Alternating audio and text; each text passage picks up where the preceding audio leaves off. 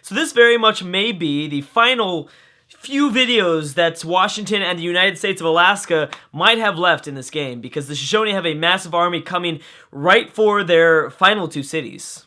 But one thing that could keep Washington safe is the fact that the Shoshone army is going to have to maneuver their way through this massive mountain range in the region, and that's going to be tough. As well as Atlanta has a little bit of cover behind the river. I mean, not too much, but, you know, for an AI to maneuver around a river, that's tough. Seattle could stay alive, though. Seattle really is an extremely difficult city for an AI to take. You probably wouldn't be able to take it without a navy, but let's not forget that there's a pretty good amount of force right off the west coast here of North America. So I guess we will see. Let's go ahead and go to the next turn and I guess observe where it goes from there. I apologize for missing the war against Austria, the little coalition that formed up. Luckily, nothing really happened. There's still, I believe Austria is still at war with Persia, but that's it. And yeah, I'll try to pay more attention to that sort of thing, but as long as it wasn't a massive war, I'm glad that that was pretty small. Nothing super big happened. What else was I going to say? But yes, also Siam is going to catch Siam in Science Victory. I had to say something about that because that was that's got to be one of my better flubs, I guess. I would say that's definitely one of the best flubs I've done. Siam is going to catch Siam eventually. Something like that. I said something like that. Anyways, let's see what the Huns do. You know what we need to do? We need to check on exactly what the spies are doing. We should probably maybe mix up the spies. Because where did we have them before? I can't even remember. Let's see here. Yes, we have them in Persia and the Ottomans. We should probably switch these out. I would like to go to Brazil because, you know, I mean, what the hell is Brazil thinking? Who knows what the hell Brazil's thinking? Very smart, very quiet game. That's what's going on.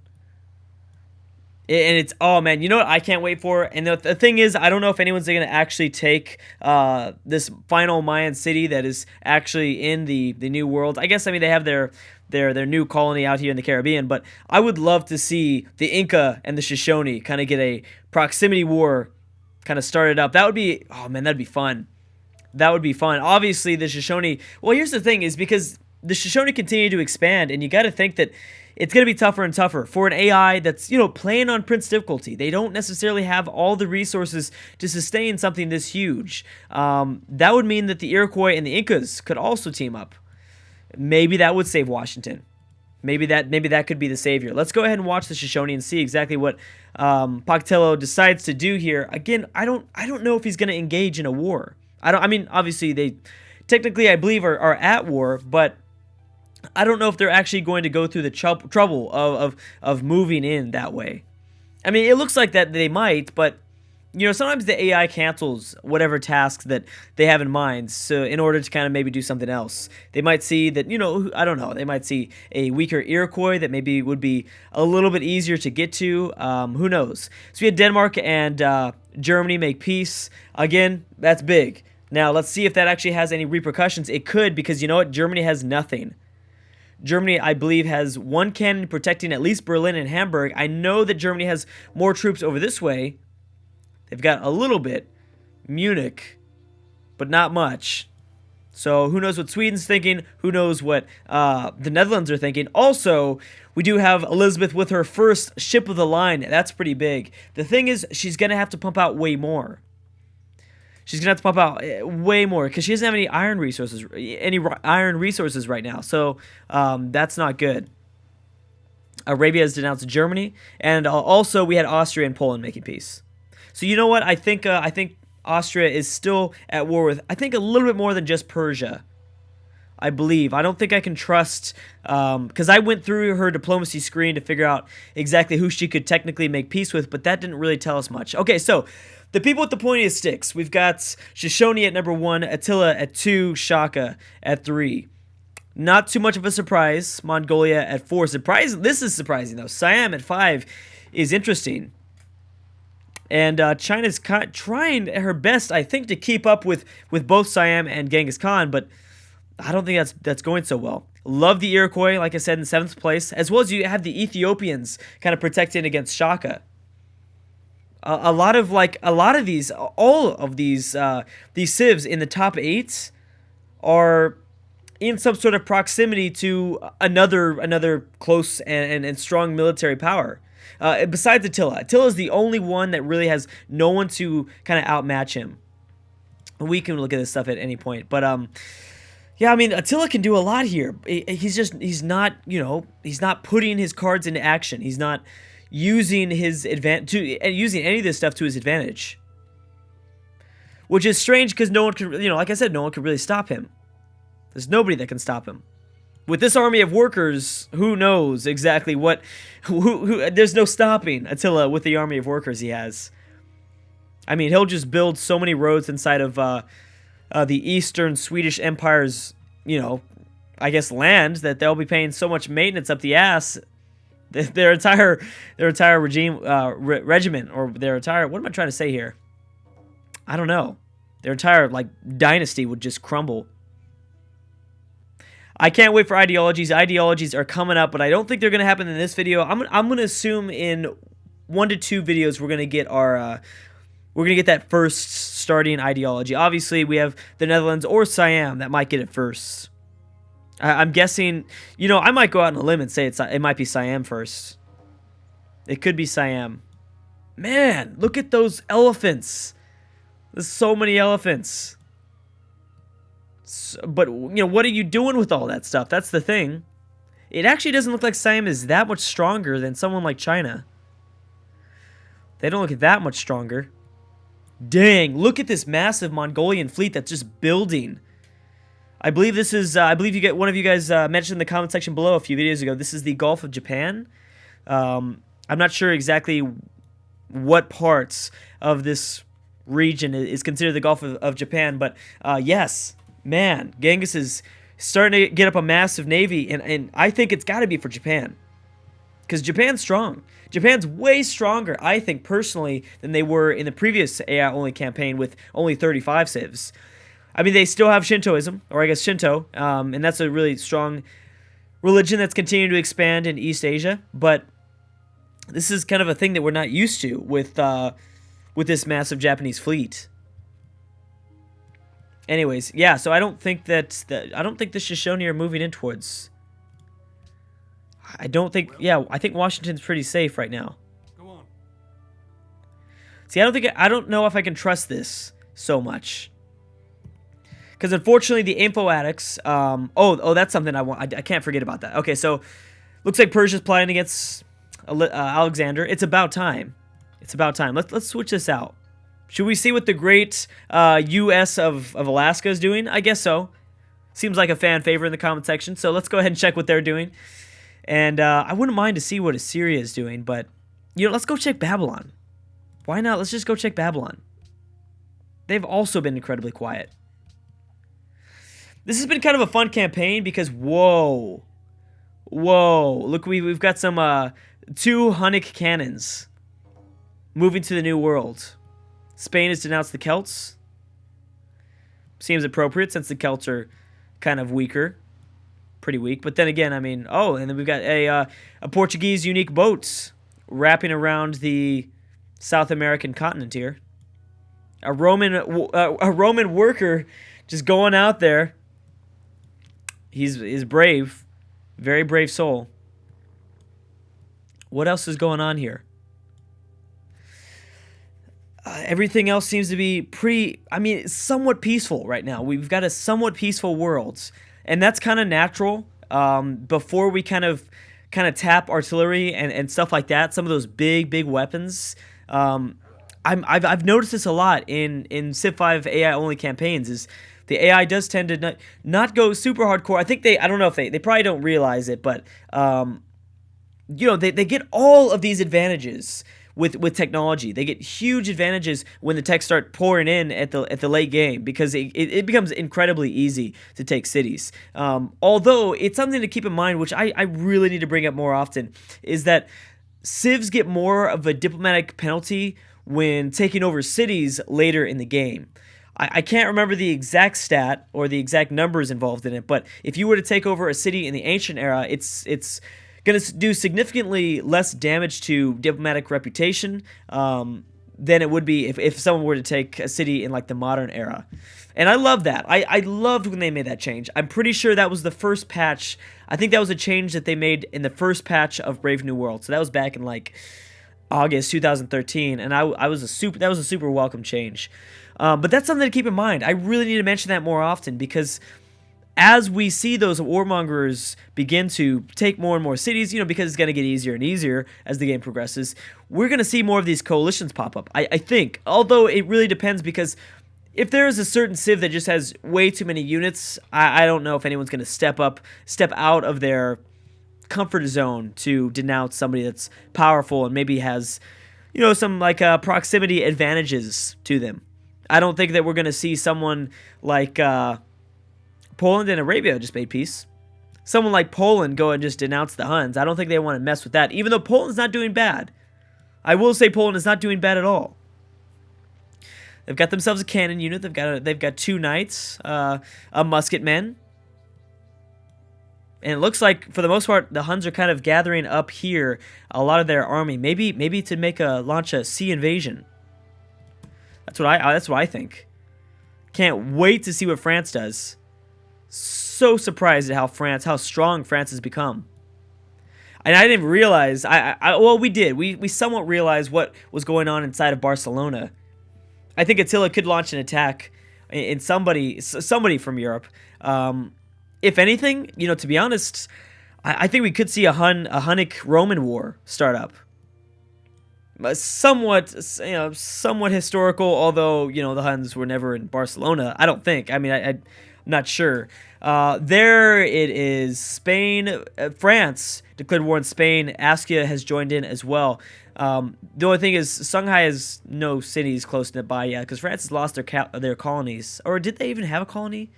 I don't think they ever got a colony in Africa. Okay, so now this is a weird one.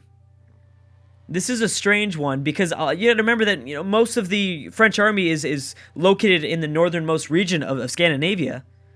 I figured if anything, they'd maybe go after Denmark with all these musketeers. Probably would have been a better choice, but I don't know. We'll see. I don't know if it depends on if Napoleon has open borders with Portugal. If they do, still, even with that though, how can they get to Madrid? They can't really. Carthage and France has peaced out. Indonesia and Japan have also peaced out. Okay, a couple of denouncements have been made. So we are seeing some movement from Napoleon. Also, I gotta check on this again. Spain and yes. Yeah, the Shoshone are going in after Atlanta, but this guy is going balls deep, just straight in, and it's not going to go so well, especially right next to a pikeman. Can't forget, they've got the Minutemen. America has the Minutemen, which, Washington's going to be able to pump those out pretty fast. The great Minutemen of Alaska. I mean, those, historically speaking, were just the greatest. They're just the absolute greatest. They're trying. I see the Shoshone are trying, but, just with one of their unique units that I believe is way out of date, it's not going to be enough. So Spain and Ethiopia have made peace. Yep, they're kind of retreating now. I think we might actually see Washington build up somewhat of an army here. Somewhat of an army. I'm sure it helps that a Japanese cargo ship is trading between, I believe, is it the capital in Atlanta? Maybe it's Osaka and Atlanta, but still, that somewhat helps. Oh, yes, Japan is doing a great job of trade. So, yeah, I mean, I would have to assume that Washington can probably pump out a few of these Minutemen pretty fast, because I think they have lower production, that needed cost of production, as well as I don't think they're any more powerful. I think it just they can make it a lot faster. I believe that's the biggest benefit there. So anyways, yes, we do have French musketeers, as well as 1 crossbowman. And these are ranged ships. Also, are we going to see... Yeah. Oh! So Orleans is going to, I think, reinforce Paris. However, that's going to take forever. If they don't have mortars, that's going to take just an unbelievable amount of time. Okay, we should get an update on what our spies have figured out after this. How's Korea doing in Australia? How you doing, buddy? You doing good? Not really. You're not doing good, but I mean, for the most part, you gotta just hand it to Korea for even being here. Did we see that India settled up this way? I don't think... I don't know if I made a comment about this. Well, I mean, nonetheless, India is here. India is in the Southeast Islands. Yeah, the southeast of Asia, I guess. I really need to send some spies to some bigger people. Oh, oh my goodness. Elizabeth and the Celts. Elizabeth and the Celts. So we just talked about how England got up their first ship of the line. I don't think one ship of the line is going to be enough, although it actually might be. It really might be. They have one ship of the line, one caravel. You don't have anything melee, though. But you certainly would be able to take off these super small Celtic boats.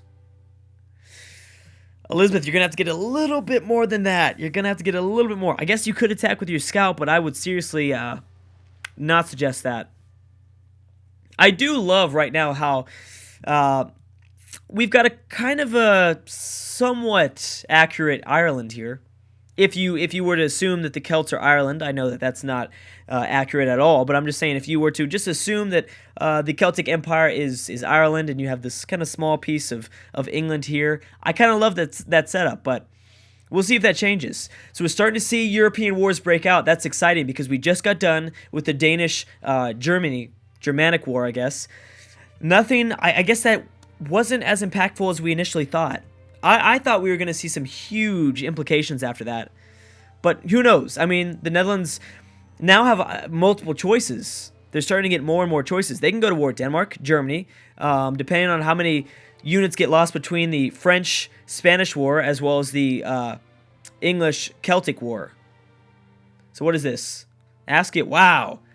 I'm sorry, that's the Inca declaring war on Askia. Ballsy move here. I'm not sure if that's going to pay off for them at all, but we will see, I guess. Spain might be losing their colony very soon. Although maybe not. Oh yeah, more than likely they will, because you've got a lot of Songhai units coming in for that. Coming in for that. See, there's a lot of civs that they control their destiny, but at the same time, they're having a tough time, I think, managing their empire as it is. You've got the Zulu, the Shoshone, and the Huns with extremely powerful armies, but I don't think they can sustain one or two more cities. That's why the AI is kind of maybe rethinking it. Somewhat rethinking that. Ooh, this is going to be close, actually. They're going to need a melee unit in there soon, and they have one. The Musketeer will be able to do it. I guess the Musketmen. I don't know why I always mix that up. Big Ben by Bismarck has been finished and completed within, I'm assuming, the capital, Berlin.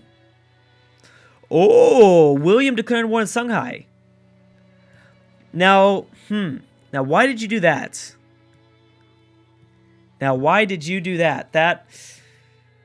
Well, that's going to be complicated because what does Askia decide to do? Does he go after the Spanish colony? Or does he go after... I guess he could go after both, but he's going to need to focus his regiments, his squad on one colony at a time. And I feel like the AI is not going to do that. I think the AI is going to split up. And that will certainly not be enough. He does not have the army to split up and take both these colonies. But, you know, who knows? This could make Askia a whole lot stronger if he is able to manage to take these European colonies away from the powers of Europe. It's actually about that time... At 1912, about that time where, you know, we start to... Well, actually, no. We're still, what maybe 30, 40, 50 years early before the Europeans kind of start to get out of Africa. But we're starting to see that.